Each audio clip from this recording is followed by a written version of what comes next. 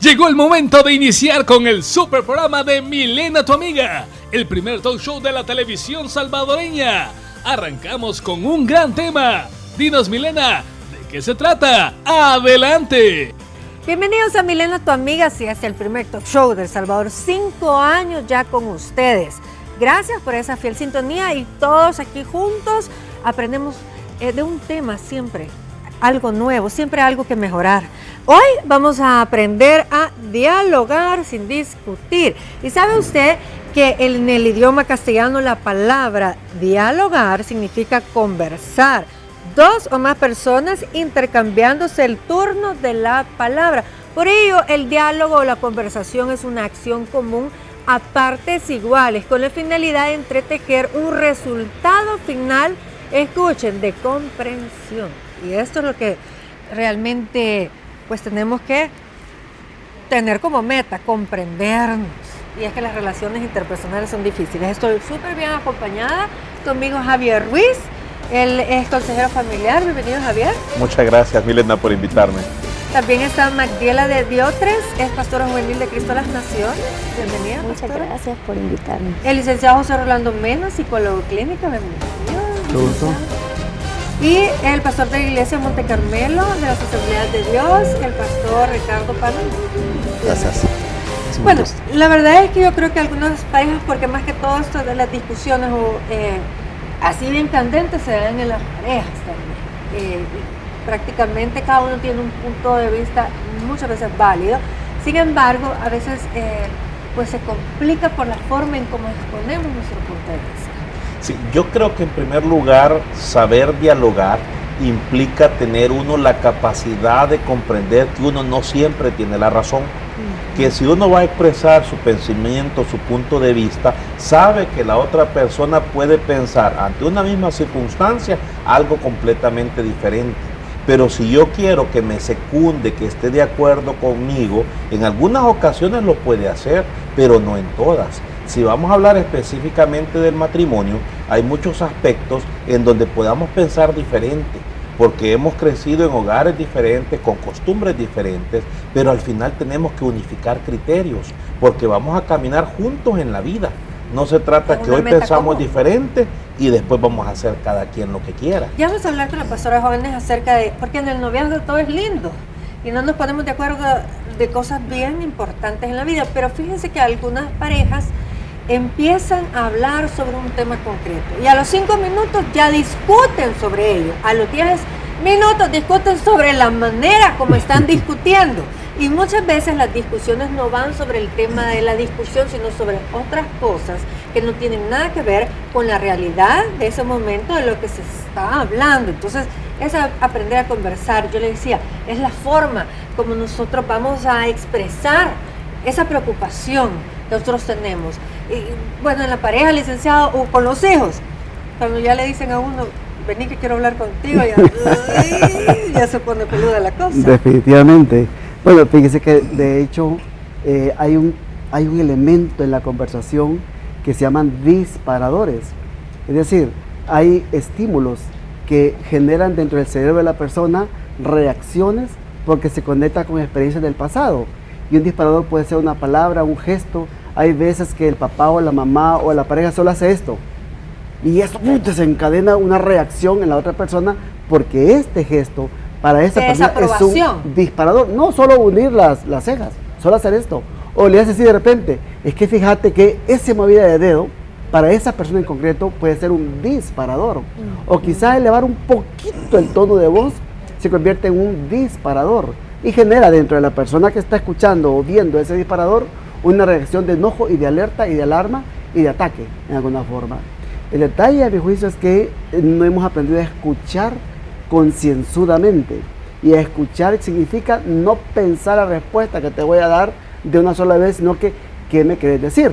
Porque la gente habla con el verbo, con la boca, pero muchas veces el mensaje está bajo ese verbo, bajo esa intención. Ese se llama el metalenguaje, es decir, yo me comunico en español, pero bajo las palabras estoy dando otro mensaje. Cuando yo no escucho adecuadamente eso, me quedo solo con las palabras, y las palabras pueden ser disparadores y enojar, hirientes, correcto. Sí, porque lo que yo mencionaba, de repente la finalidad de esa conversación se vuelve, bueno, en algo demasiado extremo, ya, es decir, empezamos a sacar cosas del pasado, creo que es uno de los problemas. Pero ya que usted es pastora de jóvenes, los jóvenes están idealizando mucho a veces las relaciones y no se están fijando en, incluso cuando están en desacuerdo en el noviazgo, sobre ciertos aspectos de la vida, incluso cómo le gustaría, qué sé yo, educar a sus hijos, temas que se deben de hablar antes de un matrimonio. Sí, yo eso estaba platicando aquí con el pastor anteriormente, porque es importante que uno, para tener un diálogo con una persona, tener una comunicación efectiva previa a ese diálogo.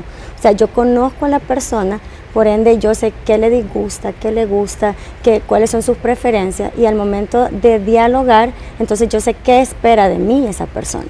Entonces, ahí es donde usted dice, hay que conocerse más, hay que conocer, vamos a hablar de los hijos, vamos a tocar puntos importantes de lo que yo espero, y yo le dejo saber lo que yo espero también, porque muchas veces esos son los disgustos, es que él no hizo lo que yo esperaba que hiciera, pero yo se lo dije en algún momento, yo lo hablé, yo lo expuse.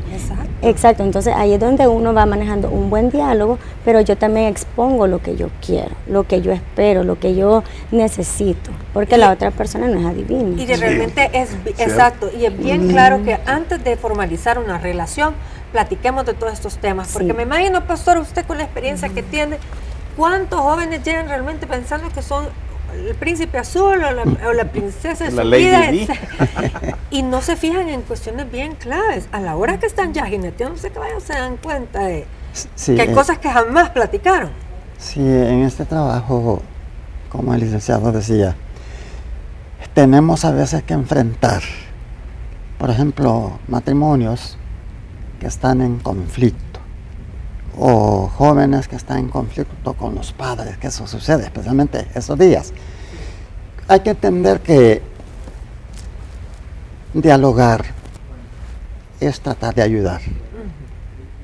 Discutir es querer que me dan la razón, porque el que discute toda la vida quiere ganar. Y tal vez, qué bonito este programa, porque aquí no es como nosotros que hemos tenido, que ahí estamos pidiendo la palabra, queriendo yo intervenir. No, aquí estamos enseñando lo que estamos pasando al aire, que dialogar es esperar su turno también.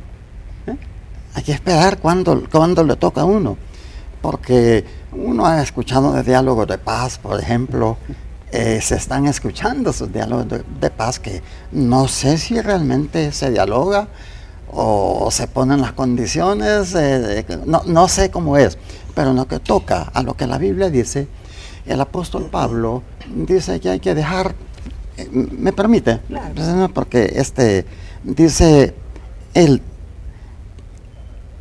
ninguna palabra corrompida salga de vuestra boca, sino la que es buena para la necesaria edificación. Y palabras corrompidas son palabras soeces. Sí, no toscas, vaya, hablemos de palabras toscas, que cuánto padre le dice al hijo, no seas tan bruto, no seas tan tonto. Entonces son palabras que ya el vulgo las usa para ofensa, para dañar. No edifica, por supuesto. No edifica. En cambio, él dice que sea para la necesaria edificación. Pienso que en el diálogo se ve un detalle importante, y es que hay que ser humilde.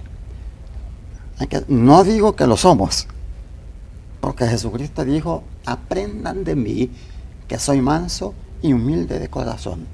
Cuando estuvo frente a Poncio Pilato, le hicieron preguntas, ¿y qué dice la Biblia? Y él callaba. No hablaba, hasta que le tocaba su turno hablar. Entonces, creo que dialogar es también saber esperar el turno cuando le toca a uno. Ajá. Y eso es la mansedumbre, ¿cómo nos hace falta a todos, hermanos? Esperar el turno. Estaba escuchando al pastor, y además de no decir malas palabras o palabras soeces o grotescas, es bien importante entender que hay muchas personas que no dicen palabras soeces, no dicen palabras grotescas, pero son sutilmente violentos. Sutilmente violentos. Entonces, son capaces de hacerte sentir o decirte que sos un tonto sin ocupar ni una tan sola vez la palabra tonto, porque son tan diestros en el lenguaje y han aprendido tanto a defenderse violentando diplomáticamente, que solo sentís que algo pasó por ahí, pero no escuchaste la mala palabra. Y también esa es parte de generar discusiones o pleitos, porque algunas veces minimizamos las capacidades o las competencias o las habilidades de la otra persona. Por ejemplo, cuando te dice alguien, estás exagerando. No te he dicho malas palabras, no te he dicho palabras grotescas, pero está diciéndote mentirosa. ¿Me explico? Está diciéndote, hey. Te está invalidando, además. Te está invalidando, además. Sí, me siento, mira, me molesta, dice alguien. Esto está exagerada, vos todo te molesta. Nunca me dijo una mala palabra, pero minimizó el sentimiento. Eso también genera perturbación. Ahora, perdón. Sí, yo creo que también para la parte del diálogo hay que estar claro que somos dos personas que vamos a compartir un punto de vista sobre algo concreto. El monólogo es yo solito hablando y escuchándome yo solo, pero en el diálogo yo me voy a entender con la otra persona en la medida, como decía la pastora de jóvenes, que yo le exprese lo que espero, porque no hay una bolita mágica en una relación ni de matrimonio, ni de padres e hijos, que yo pueda asumir lo que el otro piensa, lo que el otro espera de mí, pero tener las condiciones adecuadas para poder dialogar. Muchas veces si yo estoy lleno de ira, no es el momento adecuado, porque si yo me conozco que en ese momento voy a ofender, las palabras dichas no se pueden recoger. La ofensa ya dicha se puede disculpar, pero el que la recibió siempre la va a recordar. Es necesario esas condiciones y saber escuchar. Yo creo que una técnica importante, al menos en nuestro matrimonio no funcionó, que nos decíamos con mi esposa, vaya, decime lo que vos pensás. Y aunque uno esté con ganas de interrumpir, que hay veces uno le quiere decir, ya sé lo que me vas a decir, ¿verdad? Esperar que termine. Pero este es manso, puede esperar. Y decirle, ya terminaste, sí, ahora voy yo y me vas a escuchar, ¿verdad? Pero fíjense que tiene que ver con temperamentos, porque hay unos que son impacientes y no dejan que termine porque ya quieren. Esto creo yo, ¿o no es de temperamento? Yo creo que no, yo creo que es más de habilidad para aprender, habilidad de comunicarse, y hay que aprender a hacerlo. Fíjense que hay como niveles. Yo acabo de escuchar ahorita al ingeniero y también al pastor, bueno, también a la pastora, a la pastora de jóvenes. Las palabras que uno utiliza pueden estar en el nivel de sentimientos, en el nivel de pensamientos o en el nivel de creencias. ¿Ve? Cuando yo estoy comunicándome a nivel de sentimientos, es la parte más vulnerable que uno puede tener. Y si la otra persona no logra captar ese sentimiento, te mandó al plano de pensar y te invalidó.